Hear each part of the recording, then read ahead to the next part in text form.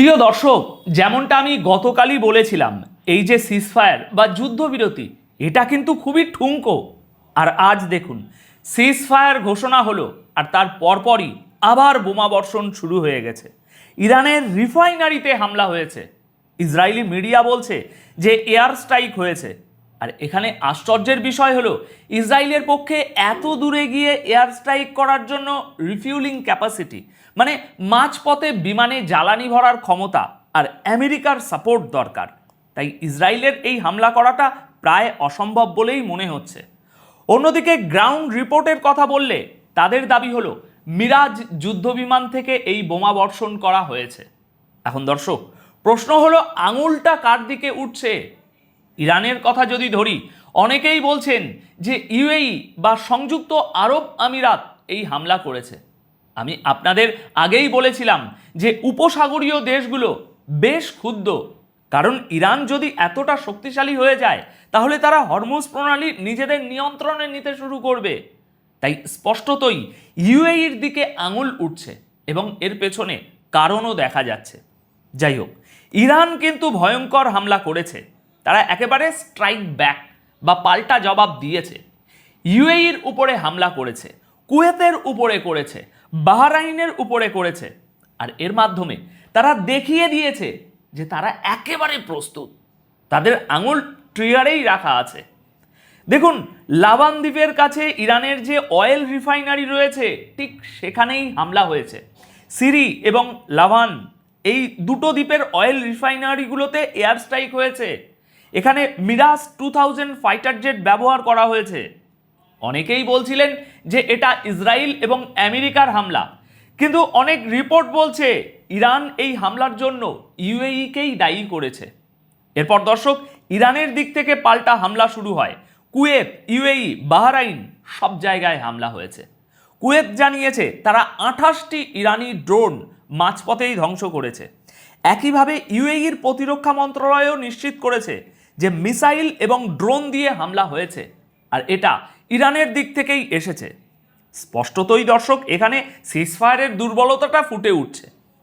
এর মাধ্যমে ইরান কি বার্তা দিল এবং এই সিজফায়ারের ভবিষ্যৎ কি, এটা জানা এই মুহূর্তে আমাদের জন্য অত্যন্ত জরুরি।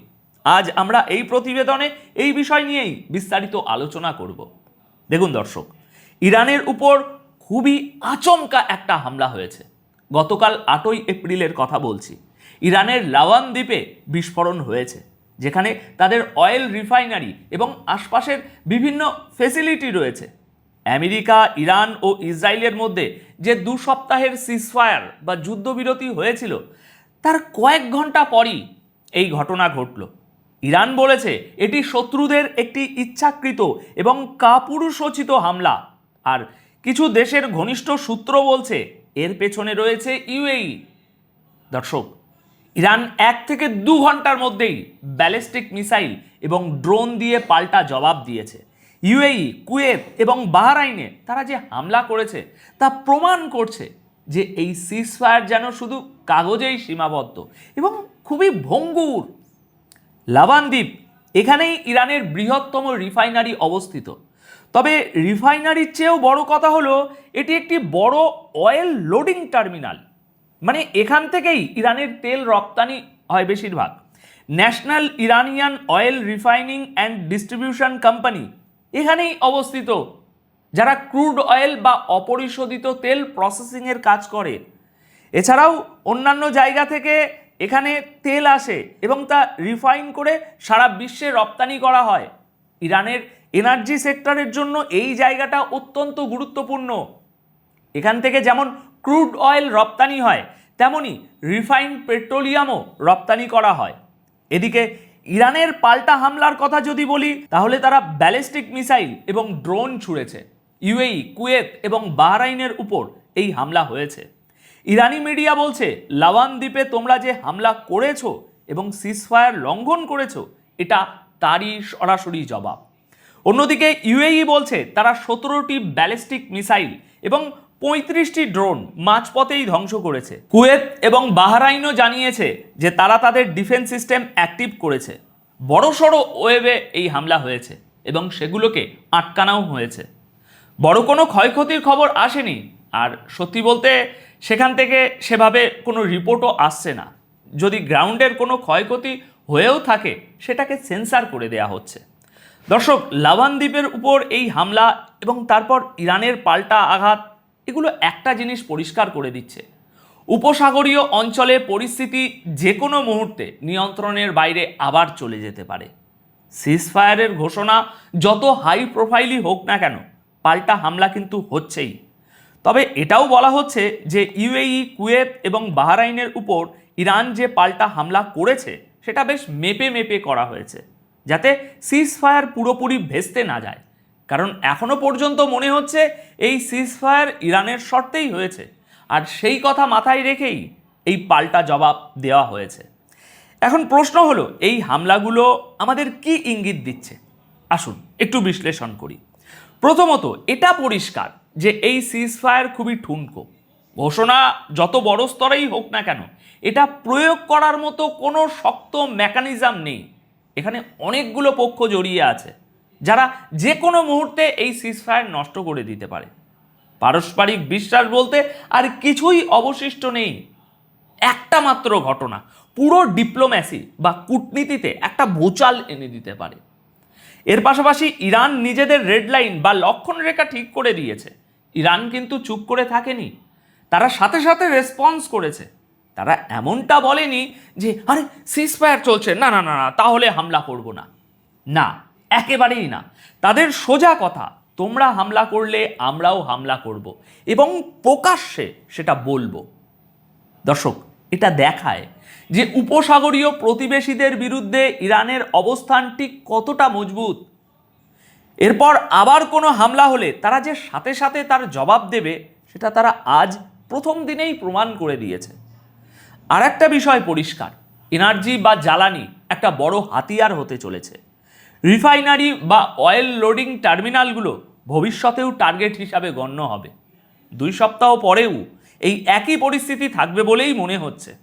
এছাড়া দর্শক, হরমুজ প্রণালীতে যে কোনো সময় ব্যাঘাত ঘটতে পারে, আর এর জন্য আমাদের প্রস্তুত থাকতে হবে। মূলত এই হরমুজ প্রণালীতে সমস্যা এড়ানোর জন্যই তো এই সিজফায়ার করা হয়েছিল, কিন্তু পরিস্থিতি দেখে মনে হচ্ছে এখানে অশান্তি লেগেই যাবে।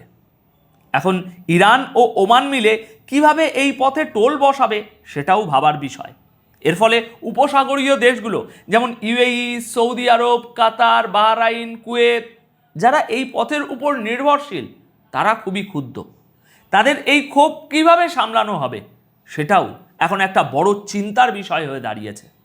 তো দর্শক, আজকের এই পুরো পরিস্থিতি বিশ্লেষণ করে একটা কথা কিন্তু খুব স্পষ্টভাবে বোঝা যাচ্ছে, মধ্যপ্রাচ্যে শান্তি শান্তি শান্তি শব্দটা এখন শুধুই একটা মরীচিকা। কাগজে কলমে সিজফায়ার, যুদ্ধবিরতি যতই হোক না কেন, বাস্তবে এটা মানে কি বলবো, বাস্তবে এ পরবর্তী হামলার লক্ষণই দেখা যাচ্ছে। আর এই যে পজ, এটা শুধুমাত্র একটা ওই দম নেওয়ার বাহানা। আমি আপনাদের একটা কথা আজ খুব দায়িত্ব নিয়ে বলে রাখতে চাই, আর আপনারা চাইলে এটা মিলিয়ে নিতে পারেন আগামী দিনে। আগামী দিনে এই যুদ্ধের আসল কেন্দ্রবিন্দু কিন্তু কোনো বর্ডার বা সীমান্ত হবে না। এর কেন্দ্রবিন্দু হতে চলেছে জ্বালানি বা এনার্জি। হরমুজ প্রণালীতে যদি সত্যিই কোনো বড় অবরোধ তৈরি হয়, তাহলে তার প্রভাব শুধু মধ্যপ্রাচ্যেই আটকে থাকবে না, বরং ভারত, বাংলাদেশ সহ পুরো বিশ্ব অর্থনীতিতে এমন একটা ধাক্কা লাগবে যা হয়তো আমরা এখনই কল্পনা করতে পারছি না। আন্তর্জাতিক রাজনীতি বা জিওপলিটিক্সে যা বাইরে থেকে দেখা যায়, বাস্তবে তা আসলে হয়ই না। আর যা সত্যি ঘটে তা সহজে দেখতে পাই না আমরা। ইরান এবং গালফ দেশগুলোর এই প্রক্সি ওয়ার এখন ছায়ায় নেই, একেবারে প্রকাশ্যে চলে এসেছে। আর আমার সবসময় একটাই চেষ্টা থাকে, খবরের শিরোনামের পিছনে লুকিয়ে থাকা সেই আসল চলচ্চিত্রটা আপনাদের সামনে একদম সহজভাবে তুলে ধরা।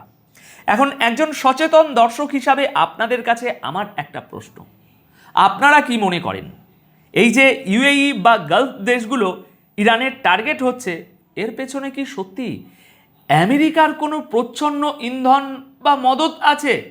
আপনাদের মতামত আমাকে অবশ্যই কমেন্ট বক্সে জানাবেন। খুব তাড়াতাড়ি দেখা হচ্ছে নতুন কোনো ব্রেকিং নিউজ, নতুন ঘটনা, নতুন সমীকরণের সাথে। ততক্ষণ ভালো থাকবেন, চারপাশের পরিস্থিতির দিকে নজর রাখবেন। ধন্যবাদ আপনাদের সকলকে।